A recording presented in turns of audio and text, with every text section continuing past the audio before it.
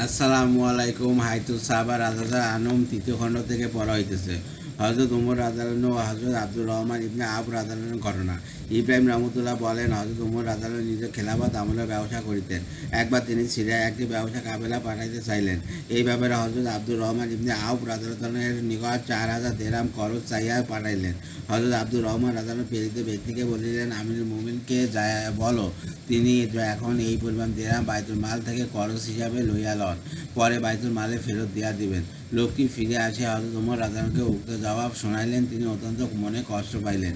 পরবর্তীতে যখন হজরত উমর রাজানের সহিত হজরত আব্দুর রহমান রাজানের সাক্ষাৎ হইল, তখন হজরত উমর রাজান বলিলেন, তুমি বলিয়াছিলে যে উমর 4,000 দেরহাম বাইতুল মাল হইতে খরচ হিসাবে লইয়া লোক।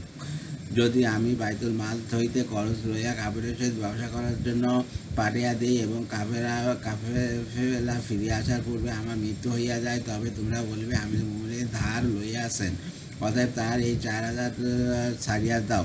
তোমরা তো ছাড়িয়া দিবে, কিন্তু আমি কিয়ামতের দিন উহার কারণে ধরা পড়িব না। আমি বাইতুল মাল হইতে কখনো লইব না, বরং আমি তো তোমার ন্যায় লোভীয় কি ব্যক্তি হইতে ধার লইতে চাই, যেন আমার মৃত্যুর পর সে আমার মাল হইতে তার পাওনা উসুল করিয়া লয়। মুনতাকাব। হজরত বারা ইবনে মারুর রাজান ছেলে বলেন, একবার হজরত উমর রাজান অসুস্থ হইলেন। তার চিকিৎসার জন্য মধু সাব্যস্ত করা হইল। তখন বাইতুল মালে এক ডিব্বা মধু ছিল। হজরত উমর রাজান মসজিদে যাইয়া মিম্বারে বসিলেন এবং বলিলেন, আমার চিকিৎসার জন্য মধুর প্রয়োজন, আর বাইতুল মালে মধু রইয়াছে। তোমরা যদি আমাকে অনুমতি দাও, তবে আমি উহা লইব, নতুবা আমার জন্য উহা হারাম। লোকেরা সন্তুষ্টিতে অনুমতি দিয়া দিল। মুনতাকাব কানাস। হাসান রহমতুল্লাহ বলেন, হজরত উমর রাদিয়াল্লাহু নিকট কোথাও হইতে কিছু মাল আসিল। তার কন্যা উম্মুল মুমিনিন হজরত হাফসা রাদিয়াল্লাহু আনহার সংবাদ পাইয়া আসিলেন এবং বললেন, হে আমিরুল মুমিনিন, আল্লাহ তাআলা আত্মীয়স্বজন সহিত সৎ ব্যবহারে আদেশ করিয়াছেন। এই আওতায় এই মালের জন্য আপনার আত্মীয়স্বজনের হক রইয়াছে। হজরত উমর রাদিয়াল্লাহু বলি তাহাকে বলিলেন, হে আমার কন্যা, আমার আত্মীয়স্বজনের হক আমার মালের মধ্যে রইয়াছে। উহা তো মুসলমানদের গনিমতের মাল। তুমি নিজের পিতাকে ধোঁকা দিতে চাইতেছ। যাও, ওঠো। হজরত হাফসা রাদিয়াল্লাহু আনহা উঠিলেন এবং মাটিতে নিচের আসল হেরায়া চলিয়া গেলেন। আসলাম রহমতুল্লাহ বলেন, আমি হজরত আব্দুর ইবনে আরকাম রাদিয়াল্লাহু দেখিয়াছি, তিনি হজরত উমর রাদিয়াল্লাহু নিকট আসিয়া আরজ করিলেন, আমিরুল মুমিনিন তাহাদের নিকট জালুলা শহরে গনিমতের মালের মধ্য হইতে কিছু অলঙ্কাদি ও রূপার পাত্রও রইয়াছে। আপনি যে কোনো দিন অবসর হইয়া সেগুলো দেখিয়া লন এবং যাহা কিছু বলিয়া দিন, আমি তাহা পালন করিব। হযরত উমর রাদিয়াল্লাহু বলিলেন, তোমরা আমাকে যেদিন অবসর দেখো স্মরণ করিয়া দিও। সুতরাং একদিন হযরত আব্দুল্লাহ ইবনে আকরাম রাদিয়াল্লাহু আসিয়া আরজ করিলেন, আচ্ছা, আপনাকে অবসর দেখিতেছি। হযরত উমর রাদিয়াল্লাহু বলিলেন, হ্যাঁ, আমার সামনে একটি দস্তখানা বিছাও। তারপর সেই অলঙ্কার ও রূপার পাত্রগুলি উহার উপর ঢালিয়া বলিলেন। হযরত ওমর আব্দুল্লাহ ইবনে আরকাম রাদিয়াল্লাহু দস্তখানা বিছাইয়া সেই সমস্ত জিনিস উহার উপর ঢালিয়া দিলেন।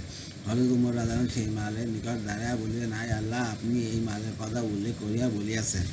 অত সুশোভিত মনে হয় মানুষের নিকট লোভনীয় বস্তুর মহব্বত, রমণীয় হোক, সন্তানসন্ততি হোক, পুঞ্জীভূত স্বর্ণ রূপ হোক, চিহ্নিত অশ্ব বা পালিত পশু হোক, আর শস্যক্ষেত্রেই হোক, এই সমুদায় পার্থিব জীবনের ব্যবহারিক বস্তু আর পরিণামের শোভা তো আল্লাহর নিকট রইয়াছে।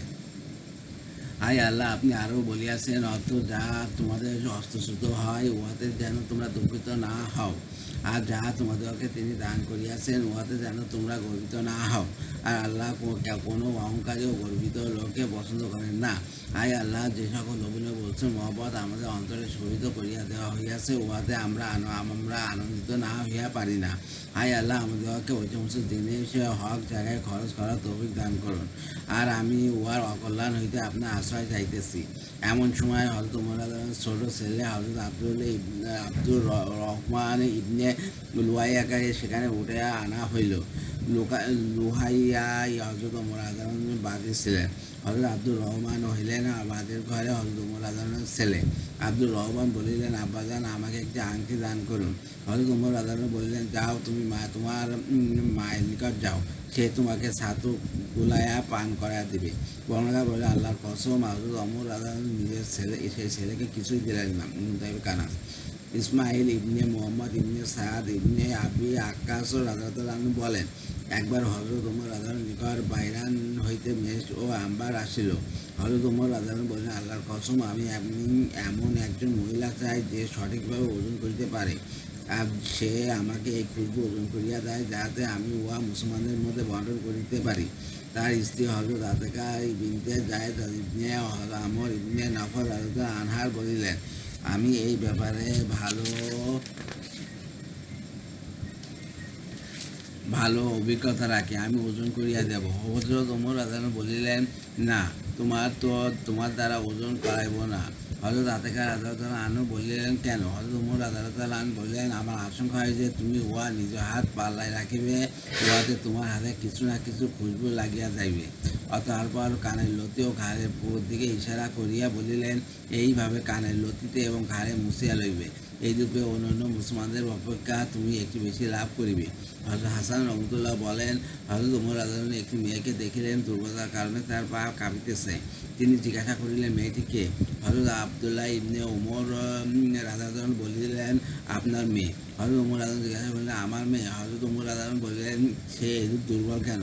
হযরত আব্দুল্লাহ রাদিয়াল্লাহু বলিলেন, আপনার কারণে, কেননা আপনি তাকে কিছু দেন না। হযরত ওমর রাদিয়াল্লাহু বললেন, ওহে আল্লাহর কসম, আমি তোমাকে তোমার সন্তানদের ব্যাপারে ধোঁকার মধ্যে রাখিতে চাই না। তুমি নিজে উপার্জন করিয়া নিজের সন্তানদের উপর খরচ করো, আমি বাইতুল মাল হইতে দিতে পারিব না। হযরত আসেম ইবনে ওমর রাদিয়াল্লাহু বলেন, হযরত ওমর রাদিয়াল্লাহু আমাকে বিবাহ করাবার পর ১ মাস পর্যন্ত আল্লাহর মাল অর্থাৎ বাইতুল মাল হইতে আমাকে খরচ দিতে থাকিলেন। তারপর হযরত ওমর রাদিয়াল্লাহু আমাকে দেখার জন্য তার দ্বাররক্ষক ইয়ারফাকে পাঠাইলেন। আমি উপস্থিত হইলে তিনি বললেন, আমি খলিফা হওয়ার পূর্বে এই বাইতুল মাল হইতে নিজের হক হইতে লওয়া জায়েজ মনে করিতাম না, আর এখন খলিফা হওয়ার পর তো এই মাল আমার জন্য আরও বেশি হারাম হইয়া গিয়াছে, কেননা এখন এই মাল আমার নিকট আমানতস্বরূপ রহিয়াছে। আমি তোমাকে আল্লাহর মাল হইতে ১ মাস পর্যন্ত খরচ দিয়াছি, এখন আর দিতে পারিব না। অবশ্যই আমি তোমাকে এইভাবে সাহায্য করিতে পারি যে গাবা এলাকায় আমার জমি রহিয়াছে, উহার ফল উঠিয়া আনিয়া বিক্রয় করো, বিক্রয়ের টাকা লইয়া নিজের কমে কোনো ব্যবসার নিকট যাইয়া দাঁড়াও।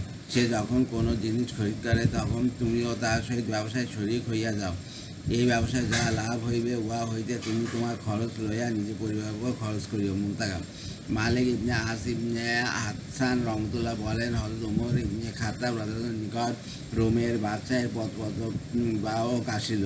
হযরত ওমর রাদিয়াল্লাহু স্ত্রী একদিন তাহা লইয়া আতর খরিদ করিলেন এবং শিশিতে ভরিয়া সেই আতর পত্রবাহকের রাতে রোমের বাদশাহের স্ত্রীর জন্য হাদিয়া স্বরূপ পাঠাইলেন।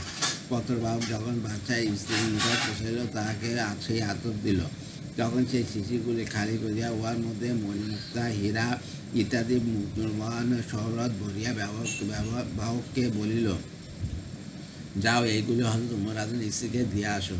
হযরত ওমর রাদিয়াল্লাহু স্ত্রীর নিকট যখন শিশিগুলো পৌঁছাইল, তখন তিনি সেই জহরতগুলি বিছানার উপর ঢালিলেন। ইতিমধ্যে হযরত ওমর রাদিয়াল্লাহু ঘরের মধ্যে আসিলেন এবং জিজ্ঞাসা করিলেন, এগুলো কি? স্ত্রী তাহাকে সমস্ত ঘটনা শুনাইলেন। হযরত ওমর রাদিয়াল্লাহু সেই সমস্ত জহরত লইয়া বিক্রয় করিয়া দিলেন এবং উহার মূল্য হইতে শুধু ১ দিনার স্ত্রীকে দিলেন। অবশিষ্ট সমস্ত মূল্য মুসলমানদের বাইতুল মালে জমা করিয়া দিলেন। হযরত ইবনে ওমর রাদিয়াল্লাহু আনহু বলেন, একবার আমি কয়েকটি উট খরিদ করিলাম এবং সেগুলোকে বাইতুল মালের চরণভূমিতে ছাড়িয়া আসিলাম। উটগুলি যখন খুব মোটা হইল, তখন সেগুলিকে বিক্রয়ের জন্য বাজারে লইয়া আসিলাম। ইতিমধ্যে হযরত ওমর রাদিয়াল্লাহু আনহু বাজারে আসিলেন এবং তিনি মোটা উটগুলো দেখিয়া জিজ্ঞাসা করিলেন, এই উটগুলো কার? লোকটি বলিল, এইগুলো হযরত আব্দুল্লাহ ইবনে ওমর রাদিয়াল্লাহু আনহুর। হযরত ওমর রাদিয়াল্লাহু শুনিয়া বলিতেন, বাহ, হে আব্দুল্লাহ ইবনে ওমর, তুমি আমিরুল মুমিনীনের ছেলে। হযরত আব্দুল্লাহ বলেন, আমি ধরে আসিলাম এবং আরজ করিলাম, আমিরুল মুমিনীন কি হইয়াছে? তিনি বললেন, এই উটের ঘটনা কি? বললাম, আমি এই উটগুলি খরিদ করিয়াছিলাম এবং চারিবার জন্য বাইতুল মালের চারপাশে পাঠিয়ে দিয়াছিলাম, এখন বাজারে বিক্রয় করিতে আনিয়াছি। অন্যান্য মুসলমানদের ন্যায় এগুলিকে বিক্রয় করে আমিও লাভবান হইব।